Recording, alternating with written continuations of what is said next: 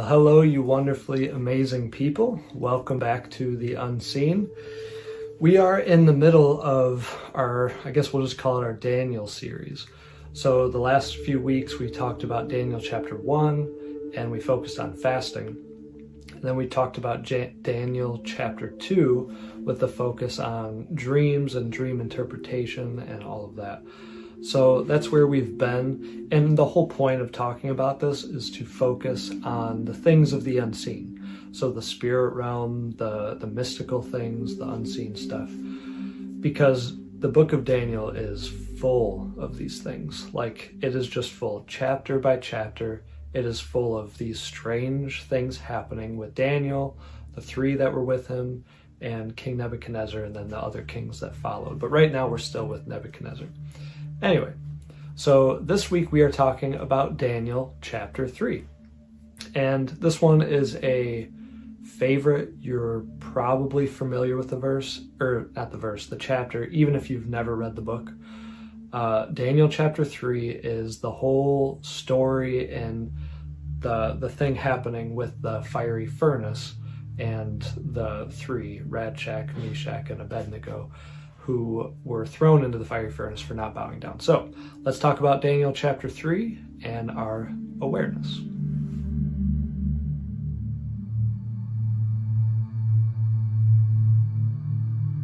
All right, so Daniel 3, I'll just kind of give you a synopsis. Feel free to go read it. I'd actually encourage you through this whole series to even go through the book chapter by chapter, or if you're like me and you just love to dive in, just read the whole book a bunch of times. It's a fascinating book. There's a whole lot in it. There's a lot going on with it, and it actually spans a good amount of time. But Daniel chapter 3, so what happens, it opens up, and it's King Nebuchadnezzar. He makes this giant golden idol of himself. And at least that's what it seems like. I'm pretty sure it says it pretty straightforward. He makes this big golden idol, and he commands that when this thing happens, when the music sounds, there's a whole little process, the way it words it, that when the music sounds, that everyone should stop what they're doing, bow down, and worship this idol. So just a note I want to make on that, just something it's like a thought I have. So you don't have to agree with this viewpoint, but I just want to make note that while King Nebuchadnezzar did a lot of awful things, the more I read the book of Daniel, the more I see him, of course, doing and saying awful things and doing some bad stuff. But he had like this, I don't know, almost like this, well, I don't know how to put it in a way that'll make sense without explaining it for 15 minutes.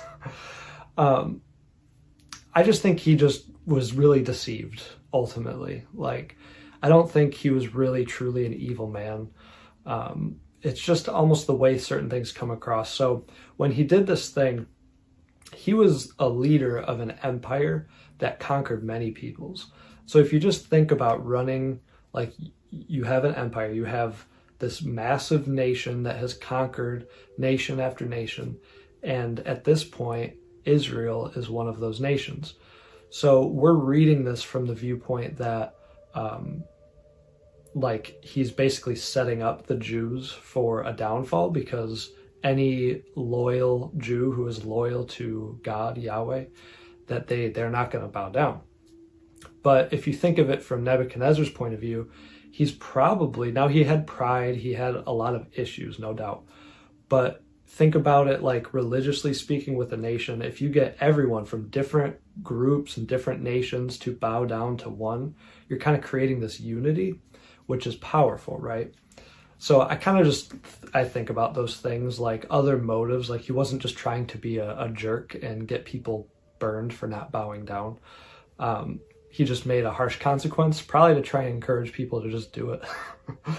So not a great way to go about unity, but probably effective if you're an emperor running an empire. Anyway, but that's what ends up happening, the three. So if you've watched my previous videos, those three guys other than Daniel. I just call them the three so I don't have to keep saying their names because it just takes a lot longer. Anyway, so what we see happening, he gives the command to bow down, the music sounds, and the three do not bow down. So we know this story. Some officials, I believe, and some people in power, Chaldeans, it says that they report to the king that these Jews are not bowing down.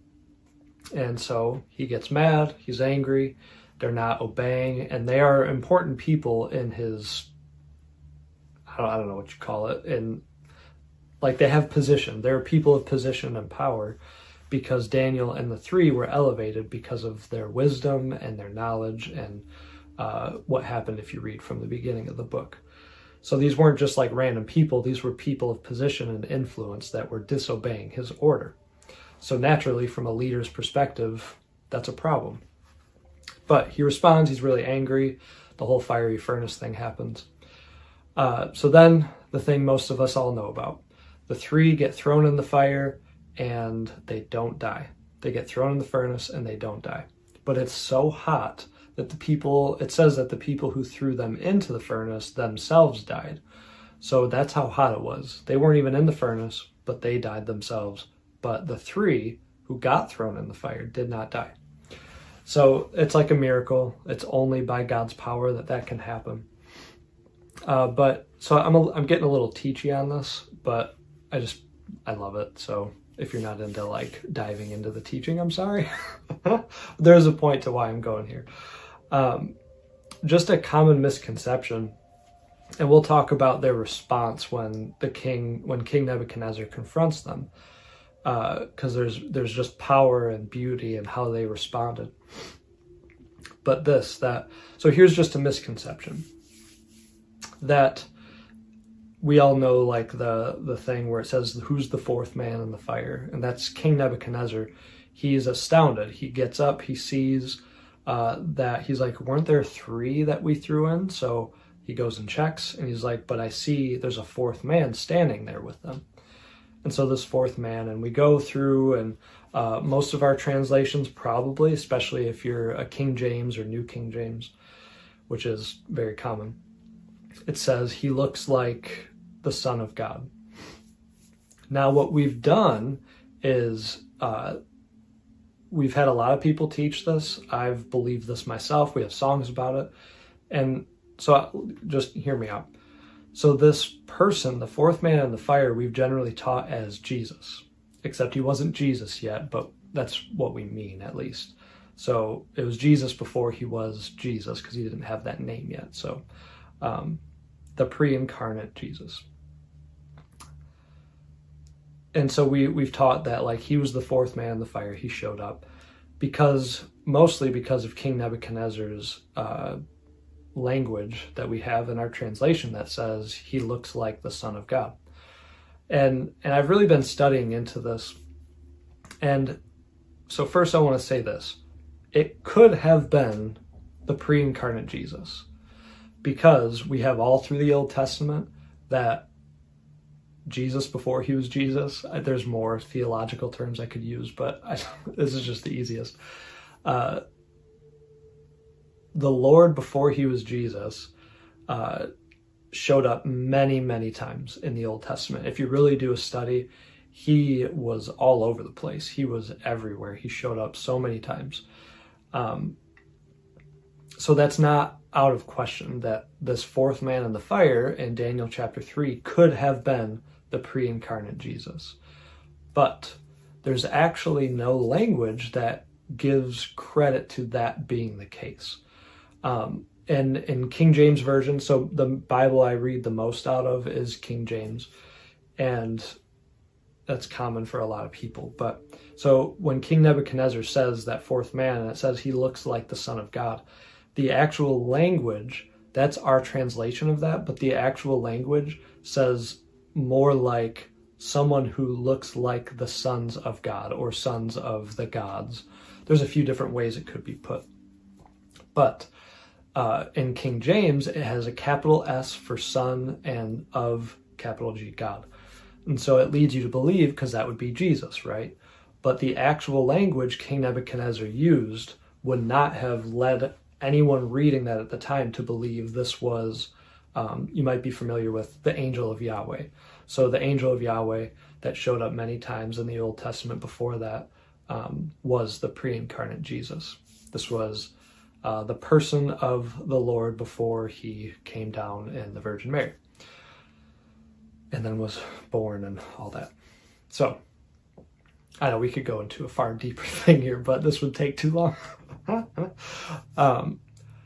So I can't go too far into this, but I would encourage you to study this out if you're interested in this. Now, could it have been? Yes, it could have been. So it's not entirely like wrong or, bad teaching to say that it might have been. But just if you want to get like scripturally accurate, it's actually more likely that this was just an angel. Or maybe not an angel, because I don't know if I've talked about this in these videos, but angel is just a job description, and there are many heavenly beings that aren't angels. So let's just say it was a heavenly being, and it was recognized by King Nebuchadnezzar that it was a heavenly being, but it likely was not the pre-incarnate Jesus. So just a side note, it's not ultimately important for what we're talking about, but I have a hard time passing those things by when I come across that for like videos or teaching moments. So anyway, it was a heavenly being that was of the Lord, and King Nebuchadnezzar recognized this. So the other part of that is King Nebuchadnezzar would not have had the language or the understanding to be able to describe the Angel of Yahweh. He would not have known him, even if Daniel and the three or people that were Jews that were around him in his court and all that, maybe they could have taught him some things about who they were and who their God was, but King Nebuchadnezzar himself would not have looked at this being and been able to identify the pre-incarnate Jesus. So even if it was, the language he used does not actually give us an accurate, in our translation, well, how am I saying that? He would not have been able to give voice to that properly anyway. And besides that, a couple verses down, it says that it was an angel, or he uses the word angel.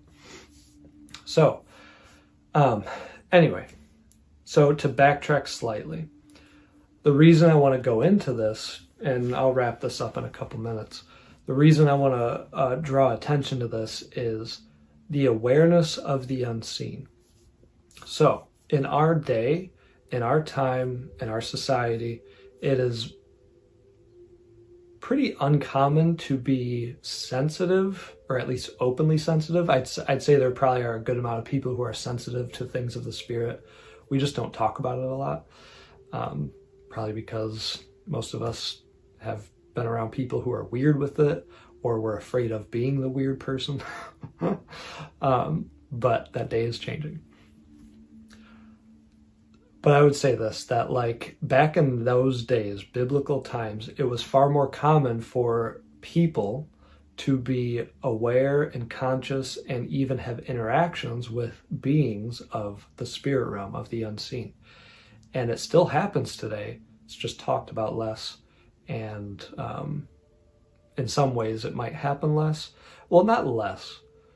Maybe less by percentage, but it's just, there's a lot less belief. I'll say it that way.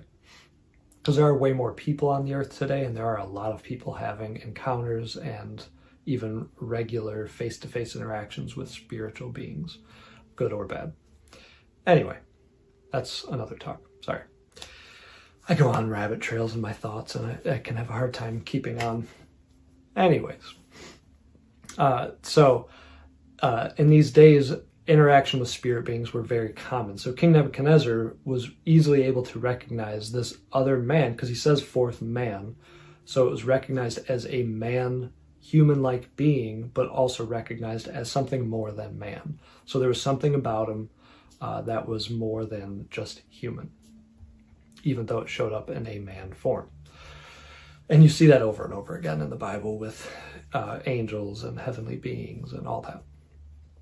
But to backtrack slightly, so he confronts the three, and the three have this boldness that I just love. And I'm sure you've heard people talk about this, is he basically tells them what's going to happen if they don't bow down. And I'm not going to like read it and quote it, but basically they say like, our God is well able to, or first they say, we don't even have to consider our words. Like they're not sitting here trying to think of a nice way to say it. They were so bold and sure about their heart's position to worshiping their God that they said, we will not bow, and our God is well able to save us and to deliver us, however they said it. And so they had full confidence in God and his power to save them and to keep them. And then they said, even if he doesn't, we're not going to bow. So they were so set that like, one, he's well able to save us. And two, even if he doesn't save us, we're not bowing. Like even if this means sure death, we are not bowing. But I actually would make this argument, this is just an opinion, is because of their status, of the atmosphere they were in, because King Nebuchadnezzar was super into the gods and spirit realm stuff and magic and sorcery and all that stuff, astrology. So he was super into the stuff. So the spirit things were very normal for this group of people, especially back in that day. And I would actually argue that the three were probably well aware of the presence of the Lord with them. They might have even been aware of an angelic being with them, or multiple, I don't know. Now, I can't prove that, but they were so confident in God and Yahweh's ability to preserve them, to keep them, and to deliver them, that they would not bow. They were going to stay true to their God, even unto death. So, they were bold, and I love that, and may we be more bold to stand even in the face of sure death, a sureness that like our God is well able to deliver us, and even if we die, we are his and we are not bowing. So may we be bold like that. But they get thrown in the furnace. They're tied up in their clothes. They get thrown in the furnace. The ropes get burned off. They're good, but their clothes aren't burnt. They're not burnt. They don't even smell like smoke, it says, when they come out. Like not a hair on their head was touched by this furnace that was so hot. The guards that threw them in died. And I just think that's just cool. That's just a cool like God miracle, because that would only be by God's power. And King Nebuchadnezzar actually gives God credit. He says their God is the only one who could do this. He is that awesome. That's my paraphrase. But King Nebuchadnezzar ends up giving Yahweh credit, even if he doesn't totally know what he's saying, but he's giving him credit. So give credit to the king that he, multiple times in the book does that. So they get saved and all that. They're aware of this fourth man with them. They probably talked, I don't know, like they were hanging out for a little bit, probably, at least a tiny bit of time. Who knows what they talked about, if they talked. But yeah, so what I want to encourage us with, one, study into this. It's an awesome story. Read the book of Daniel. It's awesome. And we're going to keep going through the rest of the chapters. But what I want to encourage you with is to actually be able to tap into this boldness. I'll tell you a secret in how to grow more bold. You grow more bold the more you are aware of him. If your attention is on all the other things in life, on all the worries, on all the whatever, life stuff, and you never give him your attention and actually grow in that, when you're confronted with situations, and it can be life and death, or it can just be regular life situations, you are going to probably feel a lot less bold because you are not very aware of his nearness and who he is. So some of it's the nearness, like how present he is with you. And some of it is just his awesomeness, the awesomeness of our God. So, and his power and majesty and all of it. So to practice awareness, so this is what I want to encourage you to do. Throughout the day, it can be specific moments, maybe set an alarm or something that'll go off at some point in the day that should hopefully not, that will disturb anything. Or just practice it just before you go places or as you're coming home or whatever, you choose. but take moments throughout the day, every day, even if it's just once or twice. Take moments every day to stop, be still, and turn your awareness on and your attention onto the Lord. And then if you want to take that a step further, so take a moment there, and then take it a step further and ask the Holy Spirit and say, Holy Spirit, like, show me what's happening in the Spirit right now around me. He might show you angels. He might show you just things happening. Or maybe you don't see anything and your attention's just on him. That's okay too. But the more you practice putting your awareness on him, the greater you will be aware of him. That was a weird way to say it. But you will become more aware of him, and it will just become normal. And when you are more aware of his presence, you will be bold in every area of life, even the life or death kind of things. So hopefully we don't have too many of those, but should we ever have those, you will be more aware of his presence because you have trained yourself to be attuned to him and how near he is and how able he is to deliver you, to save you, and that he keeps you and watches over you. So practice awareness. I believe the three that were thrown in the fiery furnace were aware of God's presence. They were aware. And yeah, we'll go further into some of this stuff throughout the book of Daniel. But anyway, thank you for watching. That is it for this episode. If you have any questions, please ask them in the comments below. I am keeping track of them so I can tap into them at some point and maybe I'll answer your question. But let me know.